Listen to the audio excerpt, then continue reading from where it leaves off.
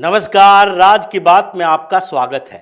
संसद सत्र की शुरुआत के समय पीएम मोदी ने एक बात कही थी कि इस बार कोई विदेशी चिंगारी संसद के अंदर हंगामा करने के लिए नहीं लगी है। ये राहुल गांधी के ऊपर था कि विदेशी चिंगारी तो यही लेकर आते हैं और संसद में हुड़दंग होता है, हंगामा होता है, नारेबाजी होती है और फिर संसद में जो स्वच्छ परिचर्चा होनी चाहिए, जिस तरीके के डिबेट होने चाहिए, वो नहीं हो पाते हैं और ये सारे के सारे विपक्ष के सांसद उसी कॉन्स्पिरेसी में वॉकआउट करो, हंगामा करो, हुड़दंग करो। लेकिन उनके दिमाग में ये नहीं आया कि शायद जिसकी नीयत ही खराब है उसके लिए विदेशी चिंगारी या देसी तरीका क्या होता है, ये तो संसद में जाता ही है हुड़दंग करने के लिए। और अभी जो पीएम मोदी ने दूसरी बात कही थी कि देखो इस बार संसद का सत्र ऐतिहासिक होने वाला है,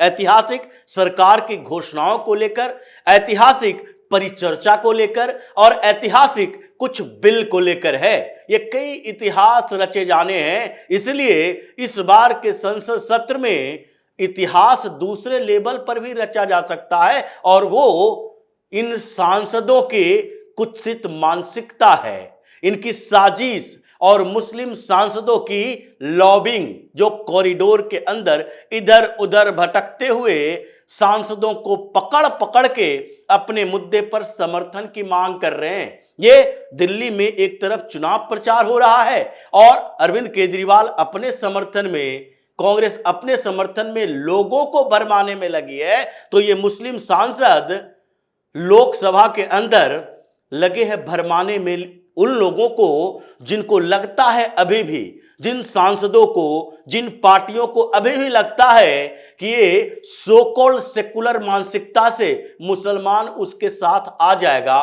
कभी मुस्लिम समर्थन में आ जाएगा, कभी उसके लिए भी वोटिंग करेगा। और इसलिए इस भ्रम को बनाए रखने के लिए लोकसभा के अंदर के 24 मुस्लिम सांसद, इस बार संख्या इतनी कम है, लोएस्ट रिप्रेजेंटेशन माना जा रहा है। धीरे धीरे इनकी यही साजिश रही तो लोकसभा से मुसलमान गायब हो जाएंगे। ऐसी स्थिति आने वाली है कि पूरे हिंदुस्तान से नहीं लेकिन रिप्रेजेंटेशन के लेवल पर लोकसभा मुस्लिम मुक्त हो जाएगी, जो इन लोगों की मानसिकता है। जैसी अवधारणाएं ये पूरे देश में बना रहे हैं, जो इनकी कॉन्स्पिरेसी चल रही है संसद के अंदर, संसद के बाहर, धीरे धीरे वही होने वाला है। मुस्लिम मुक्त संसद होगा। लोकसभा में एक भी रिप्रेजेंटेटिव नहीं दिखेंगे। हालांकि राज्यसभा की स्थिति अलग है। जब तक ये सो कॉल्ड सेकुलरिज्म के नाम पर हिंदू को विरोध करने वाली पार्टियां रहेगी, तब तक ये हिंदुओं को तोड़ते रहेगी और मुसलमानों को राज्यसभा में भेजते रहेगी, चाहे कांग्रेस हो, समाजवादी पार्टी हो, टीएमसी हो या राजद हो। ये सारे मुस्लिम नेताओं का इस्तेमाल राज्यसभा के लिए करते हैं, लेकिन लोकसभा में स्थितियां गड़बड़ होने वाली है, क्योंकि धीरे धीरे वो जो मुस्लिम किलेबंदी वाले एरिया है, जहां 60% 70% मुसलमान हैं, उन जगहों पर डेमोग्राफी चेंज करने की कोशिश भी है। अगर ये मुस्लिम किलेबंदी कर रहे हैं तो दूसरे तरफ डिलिमिटेशन कमीशन इस मुस्लिम किलेबंदी को, इस किले को तोड़ने की तैयारी में है कि कोई भी ऐसा लोकसभा क्षेत्र ना हो जिसका डेमोग्राफिक सिचुएशन ऐसा हो जिसमें 60% 70% मुसलमान हो,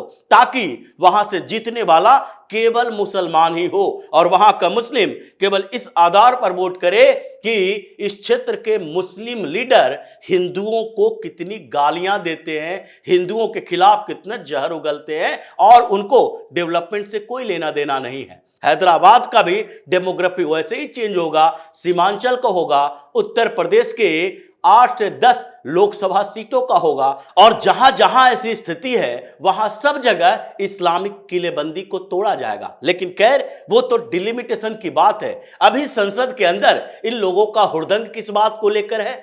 महाकुंभ में भगदड़ को लेकर। महाकुंभ में भगदड़, ये समाजवादी पार्टी हंगामा राज्यसभा में भी कर रही है, लोकसभा में भी कर रही है। राज्यसभा में ये राम गोपाल यादव उठे, वॉकआउट करने के लिए गए।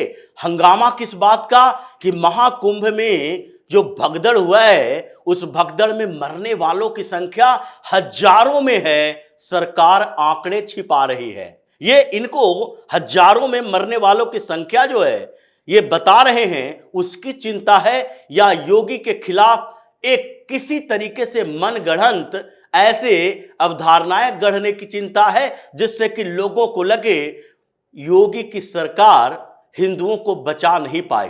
क्योंकि अभी सबसे ज्यादा सबसे बड़े फायर ब्रांड लीडर अगर हिंदुओं की बात करें तो उनके सामने योगी की छवि सामने दिखाई पड़ती है। इसलिए इनको कुड़ हो रहा है, और खासकर उत्तर प्रदेश में कि इस बार तो सपा का सफाया है। पिछली बार तो किसी तरह से लोगों की नाराजगी का फायदा उठा लिए और उनको भ्रमित कर दिए। इस बार आगे के चुनावों में जैसे ही योगी के चेहरे आगे बढ़ेंगे वैसे ही उत्तर प्रदेश से ये पार्टियां भी साफ होगी। जैसे 2014 और 2019 में हुई थी वैसे ही आगे 2029 में हो जाएगी। इसलिए इन लोगों ने कॉन्स्पिरेसी करने की कोशिश की, और ये महाकुंभ की बात नहीं थी।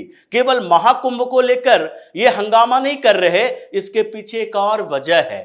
क्योंकि लोकसभा के अंदर जगदंबिका पाल वक्फ बोर्ड संशोधन विधेयक को लेकर जेपीसी की रिपोर्ट पेश करने वाले हैं, और उसके बाद बिल पर भी चर्चा होगी। उसके बाद उन संशोधनों पर चर्चा होगी जो 44 संशोधन सरकार ने रिकमेंड किए हैं, और उसके बाद 14 संशोधन जेपीसी की कमेटी से आई है। और इसलिए इन लोगों ने एक पृष्ठभूमि तैयार की, क्योंकि डायरेक्ट वक्फ बोर्ड संशोधन विधेयक पर हंगामा करने से पहले ये लोग चाहते हैं कि कुंभ की बात करके वहां हिंदुओं की चर्चा करके एक मैसेज दें कि संसद में हिंदुओं का प्रतिनिधित्व करने के लिए केवल भारतीय जनता पार्टी के लोग नहीं हैं, हम भी हिंदुओं का मुद्दा संसद के अंदर उठा रहे हैं। ये दिग्भ्रमित करने वाले लोग कुछ शंकराचार्यों को भी सेटिंग गेटिंग करके अपने पक्ष में मिला लिए, जो वहां जाकर चीख चिल्ला रहे हैं जब तक योगी, जब तक मोदी ये लोग रहेंगे तब तक हिंदुओं का कल्याण नहीं हो सकता, हिंदू ऐसे ही मरते रहेंगे, इनकी स्थितियां ऐसे ही रहेगी। ये कहने वाले वो शंकराचार्य हैं जिन्होंने राम मंदिर के प्राण प्रतिष्ठा को लेकर भी सवाल खड़ा किए थे कि नहीं, इतने सालों के बाद भी राम मंदिर के प्राण प्रतिष्ठा की तारीख सामने आया, और इन लोगों ने सवाल उठाना शुरू कर दिया था। किस बात के लिए?